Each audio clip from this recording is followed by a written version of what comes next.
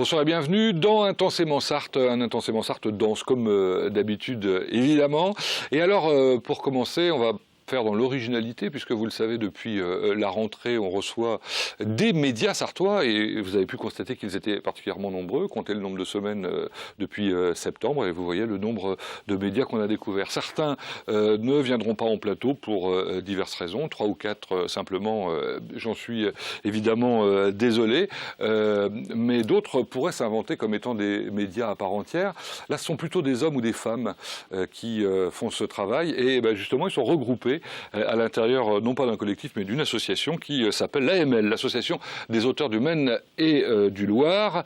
Et pour nous en parler tout à l'heure, nous recevrons son président Alain Moreau, ainsi que ses membres Sophie Adenon et Blandine Blorence. Alors je suis content parce que pour une fois, on a un petit peu plus de femmes que d'hommes, ce qui est assez rare malgré tout. Sur le plateau suivant, originalité également pour cet Intensément Sarthe, puisque c'est Sarthe un jour, Sarthe toujours, qu'on réunira sur un seul plateau, alors que d'habitude, vous le savez, on reçoit des invités différents, parce que le sujet en vaut la peine. Il s'agit du Printemps de l'Architecture. C'est une biennale qui est organisée et dont l'un d'ailleurs des inventeurs, j'allais dire, était le CAUE de la Sarthe, et Anne Beauchef sera avec nous pour parler des manifestations. Mais seront avec nous également ceux qui viennent de créer relativement récemment l'association des architectes de la Sarthe, en l'occurrence Rémi Ledru et Alain Barbier, qui viendront nous parler également de leur participation aux animations de ces semaines de l'architecture, avec notamment un café archi qui va être organisé au moment des journées Mansart, dont le thème va probablement vous inspirer, surtout les photos qu'on va vous montrer, et également une autre opération autour de la prison du Mans, l'ancienne prison du Mans. Enfin, notre invitée intensément sartoise n'est pas intensément sartoise, mais intensément sartoise, et depuis peu, elle est tombée amoureuse littéralement de la Sarthe. Elle nous expliquera, et pas de la Sarthe tout à fait, de Malicorne-sur-Sarthe, pour être tout à fait précis. Il s'agit bien évidemment de la maire de Malicorne-sur-Sarthe, Carole Roger, qui n'était pas du tout élue avant d'avoir été choisie par ses pairs, donc pour présider aux destinées de la commune. Et elle vient avec nous avec le tout nouveau conseiller départemental Emmanuel Franco, mais qui surtout est président de la communauté de communes de Val-de-Sarthe, et c'est à ce titre qu'il est là, et Dominique Bourneuf de la Petite Auberge, qui lui est l'un des animateurs, on peut le dire, de la commune. Voilà. Avec tout cela, si vous ne restez pas avec nous, je n'y comprends rien. Vous allez voir, ça va être passionnant. C'est parti.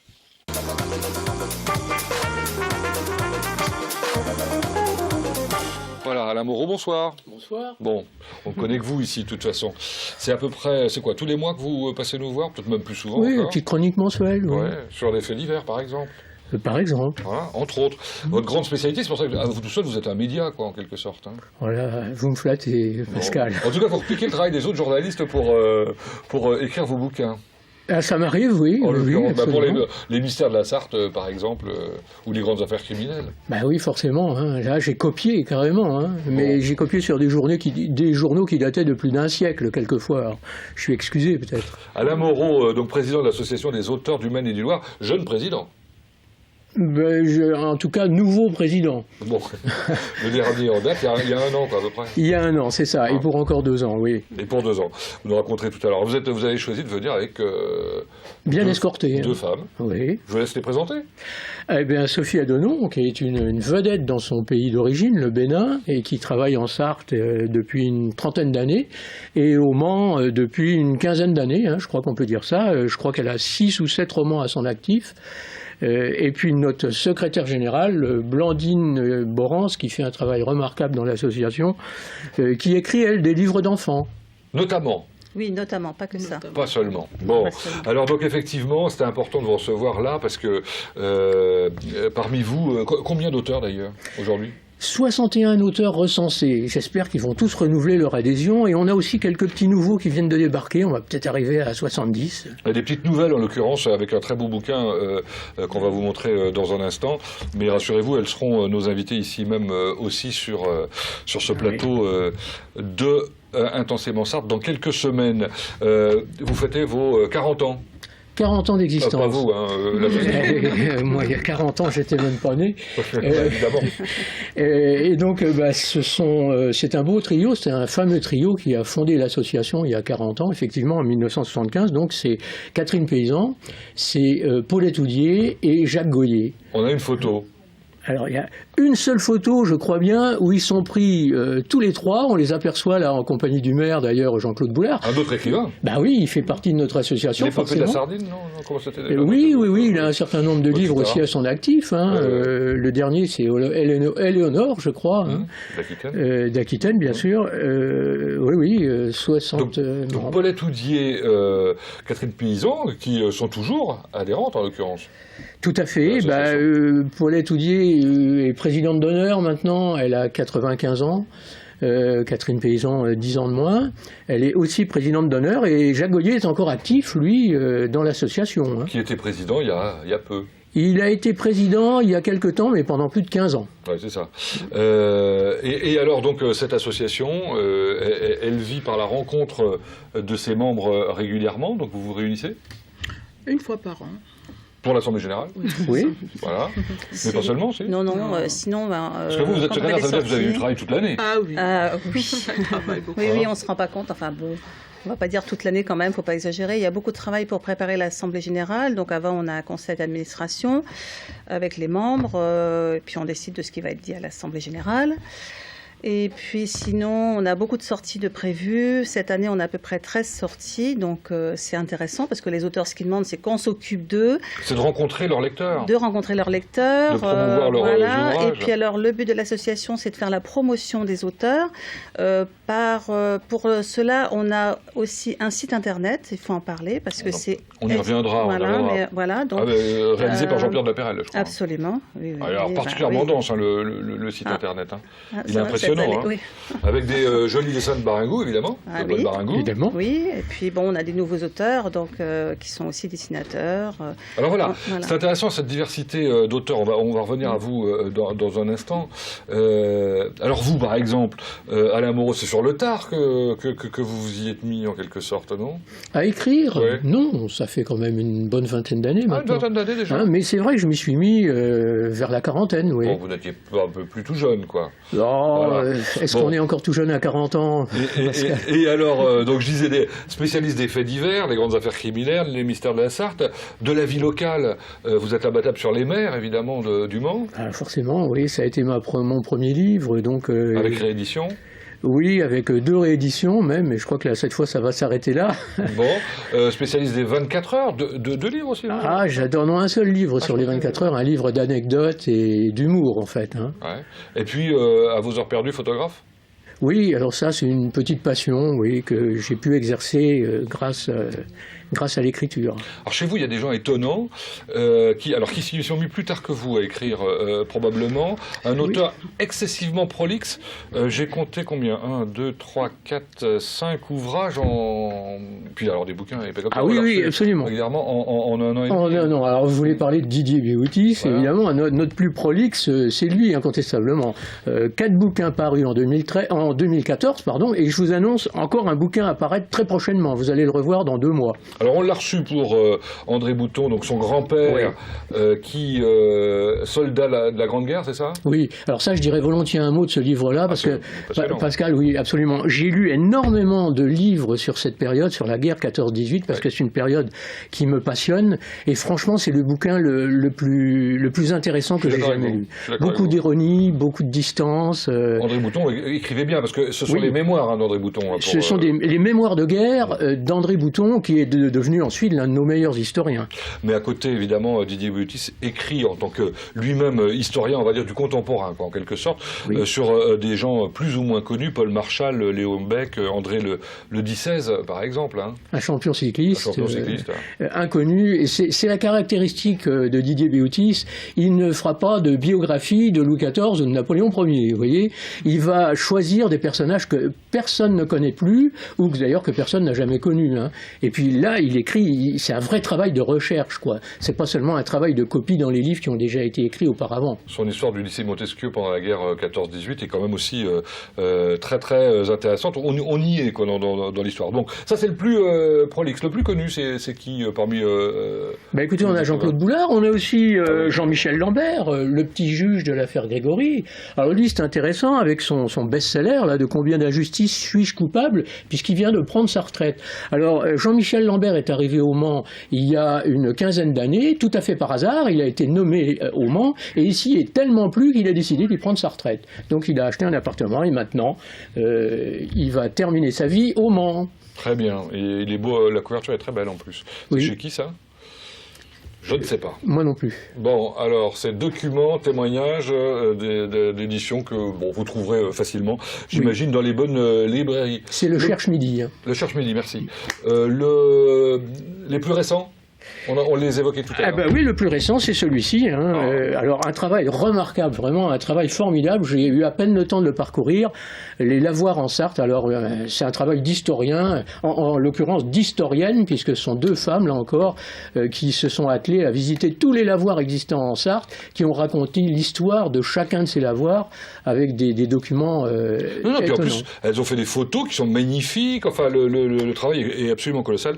Nous aurons le plaisir de les découvrir ici même dans Intensément Sarthe le 23 avril prochain. J'ai l'impression que je vais le lire ce week-end, le bouquin, parce qu'il vient tout juste de sortir, effectivement. Bon voilà, juste vous les connaissez tous alors, vous les auteurs ? Oui, je pense, oui. Depuis longtemps ? Moi ça fait... je suis à l'association depuis 2007. D'accord. Secrétaire depuis 2010. Bon, alors, quelle est la caractéristique des auteurs sartois C'est très, très varié. On a des historiens, on a des politiques, on a des gens qui sortent des bouquins sur le sport, sur l'automobile. Hein, on a des gens comme Sophie qui écrivent aussi du policier ou... on a quand même un grand auteur, c'est Jacques Goyer, ne l'oublions pas. Paul Valin, qui est très prolixe aussi. On parlait de gens qui écrivent beaucoup. Paul Valin, c'est quelqu'un qui écrit beaucoup. Il écrit des contes, des fables aussi. Là, il a sorti des fables. Après, moi je trouve que ce qui est intéressant, c'est qu'on est vraiment dans la diversité. Je rencontre des gens vraiment formidables, chacun a son histoire évidemment. Je me suis rendu compte qu'au fur et à mesure du temps, je me lis plus. C'est vrai qu'on a plus de sensibilité avec certains auteurs, mais là récemment avec des poètes, puisqu'on a travaillé sur la poésie. Mais moi j'aime beaucoup l'association parce qu'on rencontre vraiment des gens différents, sensibles. Je trouve que le point commun de tous les auteurs, c'est cette sensibilité. Il y a beaucoup d'auteurs qui ont une sensibilité à fleur de peau, et puis qui expriment dans ce qu'ils écrivent. Voilà ce qu'ils ressentent. Hein. Moi, je suis très fière. Je suis très fière d'être dans cette association. C'est fabuleux la manière dont vous en parlez. En tout cas, ça donne effectivement envie de les rencontrer les uns et les autres. Alors vous, Sophie Adonon, donc vous êtes tout à l'heure, Alain Moreau nous disait ici depuis une quinzaine d'années à peu près. 98. Voilà. Vous avez choisi de vous installer en Sarthe parce qu'il y avait un climat particulier. Je ne parle pas de la température, hein, mais un environnement particulier pour écrire. On y est bien pour écrire vos 6 romans, c'est ça ? Oui, 7e va sortir dans un mois à peu près. Mais j'ai tellement de manuscrits en réserve. Bon, comment on écrit un bouquin quand on est juriste ? En l'occurrence, vous êtes juriste, je crois. Oui, de formation. C'est des questions vraiment que je me pose en permanence. Alors, quand on est à la retraite, je comprends, on a le temps, on fait... voilà. Mais quand on a un travail à côté, comment on fait ? J'ai commencé à écrire depuis 1992. J'avais 28 ans. Mais je gardais ça, je ne savais pas que ça valait quelque chose, quoi. Donc j'écrivais pour le plaisir d'écrire. Et qu'est-ce qui vous a donné envie, ou qu'est-ce qui vous a fait sauter le pas pour vous faire éditer ? L'entourage. Ouais. Mon entourage. Parce que ça mérite d'être connu, c'est ce qu'on vous a dit. Oui. Dès que j'ai porté ça à la connaissance de mon frère, notamment, qui est professeur d'allemand. Il a parcouru, il dit, qu'est-ce que tu as fait dans le tiroir ? J'ai dit, mais ça fait au moins 20 ans que c'est là. Donc il m'a obligé à Bon. l'envoyer. Et alors, vous avez adhéré rapidement à l'association En 2011. Ah non, donc vous avez mis un sacré bout de temps alors. Ben non, j'ai été édité pour la première fois en 2011. Ah non, ah bon Oui. Attendez, vous avez fait 6 bouquins en... Non, j'ai pas fait 6 bouquins. J'ai envoyé. D'accord. Ils ont tous été voilà, édités au même moment. à la chaîne. D'accord. Voilà. D'accord. Et alors, qu'est-ce que ça vous apporte de rencontrer d'autres gens qui sont tellement divers, justement? Ah oui, vraiment. L'association, pour moi, c'est une deuxième famille. Hein, parce oui, parce qu'en plus, je suis la plus jeune, entre guillemets. Donc, tout le monde m'a accepté. Au départ, j'avais un peu d'appréhension. Je dis, oh là là, ils sont tous sartois, ils sont tous âgés. Comment vais-je être accueillie? Ils sont tous âgés. Alors, il y a voilà.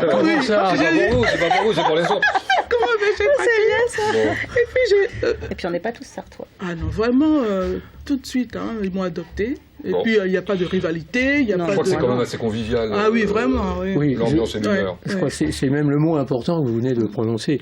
Et c'est ce qu'on recherche, la convivialité, la bonne humeur, ça se passe très bien. Le partage culturel, absolument. Des échanges riches. Riches, hein. Voilà. Bon, à découvrir sur le site dont je pense l'adresse va apparaître dans peu de temps. C'est formidable, la réalisation c'est exceptionnel, hein, bravo. Donc c'est auteurdumaine.net, donc préparé par Jean-Pierre de la Pérelle. Oui. Bon, c'est un sacré boulot ça. Et Maxime. Oui, mais... Maxime Jabot. Voilà. Maxime Jabot. En fait, on est trois.